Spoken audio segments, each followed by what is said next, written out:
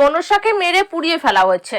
গ্রামে বেশ কিছু মানুষ স্বপ্ন দেখছেন নানান ধরনের মাকে সন্তুষ্ট করার জন্য বিশেষ পুজোর আয়োজন মঙ্গলকোটের বাগদিপাড়ায়। গ্রামের বাসিন্দা সুনীল বাগদি জানান, 2 দিন আগে মঙ্গলকোটের বাগদিপাড়ায় মনসা মন্দিরের পাশে একটি সাপকে মেরে ফেলায় পাড়ার কয়েকজন যুবক। সেই সাপটিকে আগুন দিয়ে পুড়িয়ে ফেলা হয়, কিন্তু এই যুবকরা জানান সাপটা আগুনে পুড়ছিল না। এরপর পাড়ার লোকজনকে ডাকলে দেখা যায় সাপটি অনেকক্ষণ ধরে জ্যান্ত রয়েছে। তারপরে কয়েক ঘন্টা পর সাপটি মারা যায়। এরপর পাড়ার বেশ কয়েকজন স্বপ্ন দেখেন ওই সাপটিকে নিয়ে এসে মন্দিরে সমাধি করা হয় আজ এবং মহাপুজোর আয়োজন করা হয়। পাড়ার বেশ কিছু মানুষ একত্রিত হয়ে মহাভোগের আয়োজন করেন। সেই ভোগ খাওয়ানো হয় গ্রামের সকল মানুষকে। তবে মন্দিরের পুরোহিত জানান, গ্রামের মানুষদের মঙ্গল কামনায় এই বিশেষ পুজো।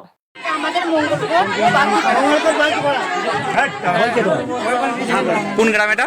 আমাদের মঙ্গলকোট বাগদিপাড়া। কি ঘটনা ঘটলো এখানে? এত গ্রামে আছে মামনসা আছে, এখানে মামনসা বেরিয়েছিল, বুঝতে পারিনি ছেলেরা সব মানে বুঝতে পারিনি, মানে না বুঝতে পারিনি অজান্তেই মানে মাকে মানে ক্ষতি করে ফেলেছে। এই নিয়ে একটু সরকারের কাছে তাই খুব ক্ষতি হচ্ছে। কারো কি ক্ষতি টতি কিছু হয়েছে?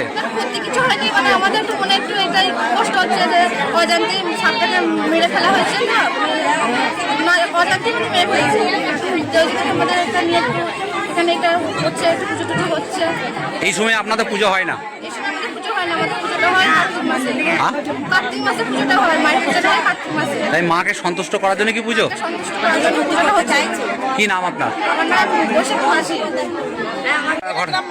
হ্যাঁ, কি ঘটনা ঘটলো? ঘটনা হচ্ছে মানে মা মনসা হয়তো বেরিয়েছিল তো, তারপরে বেরিয়ে মানে একটা বাড়িতে ঢুকেছে, দিয়ে তারপরে দিনের বেলা ওই দিয়ে ঢুকেছে ওদের এই একটা করে ঢুকেছে, ওকে দেখেছে তাকে সাপ বলে তবে মায়েরা মেরে দেবে, এবারে ভয় করে মেরে দিয়েছে।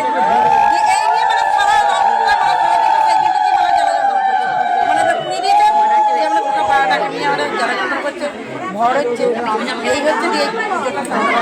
সেই জন্য পুজো করছেন? কি নাম আপনার? এটা গ্রাম বর্ধমান জেলার পূর্ব বর্ধমানে মঙ্গলপুর গ্রাম। কি ঘটনা ঘটলো এত ঘটা করে পুজো করতে হচ্ছে? ঘটা করে পুজো করতে হওয়ার উদ্দেশ্য হচ্ছে এখানকার একটা আমাদের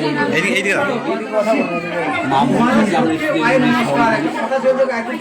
সেই মন্দিরে পাশ দিয়ে দেখছি একটা অনেক পুরনো গোখরো সাপ হঠাৎ দেখছি আস্তে সুর করে বার হয়ে যাচ্ছে। হঠাৎ কতগুলো ছেলে খেলার ছলে সাপ সাপ বলেছে, সাপ বলতে অনেকে পড়ছে আতঙ্ক। এই মতো অবস্থায় যাই হোক সেই সাপটিকে মারার সঙ্গে সঙ্গে সাপটি কিন্তু মরে না। মরে কিন্তু আমাদের বিশুদ্ধ সর্প মারার পর তাদেরকে আগুনে পোড়ানো হয়।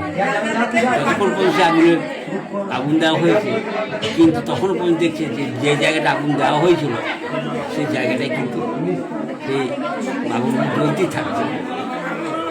অবশ্যই কিন্তু সেই সাপটি কিন্তু তখন পর্যন্ত পড়ে। তারপর আস্তে আস্তে নিস্তেজ হয়ে যায়।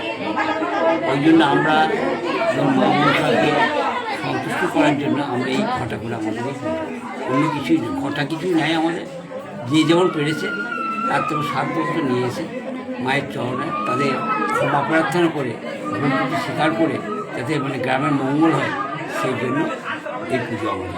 এই মুহূর্তে কি মন্দিরের ভেতরে কি মা অবস্থান করে রয়েছে? কি মনে হচ্ছে আপনার? আছে মা ভেতরে? আমরা তো মন্দিরে কেন, আমরা তো মাকে সর্বত্রই আমরা অবস্থান করে মনে করি। আমি একজন ব্রাহ্মণ হয়ে তাহলে এই কথা বলতে পারবো না যে মন্দিরের মধ্যে অবস্থান নেয়, সেটা বলতে পারবো। তবে যদি আপনি প্রমাণ চান তাও আমি দেখাতে পারবো না, সেটাও ঠিক কথা। হ্যাঁ। কি নাম আপনার? আমার নাম হচ্ছে নন্দদুলাল চক্রবর্তী। কত বছর পুজো করছেন এখানে? এটা আমাদের ধরুন দাদুর আমল থেকে হয়ে আসছে। দাদু করেছেন, আমার যিনি পিতা রায়রাখা চক্রবর্তী তিনিও করে গেছেন। কত বছরের পুরাতন মন্দির এটা? এটা দীর্ঘ কত হবে, কত সাল থেকে তৈরি হলো এটা? 87 বছর হবে আপনার প্রায় 87 আনুমানিক আর প্রায় 87 বছর এটা তৈরি করা। এটা মঙ্গলকোট বা বাগদিপাড়া। কি হচ্ছে আজকে? কি অনুষ্ঠান? এখানে একটা সাপ বেরিয়েছিল আর কি।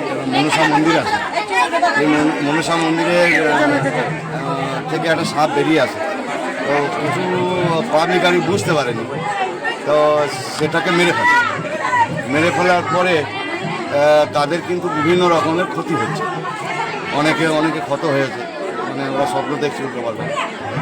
যাই হোক, আজকে মানে মাকে সন্তুষ্ট করার জন্য আজকে অন্নভোজের ব্যবস্থা করেছে, মানে হাজার হাজার মানুষ হয়েছে।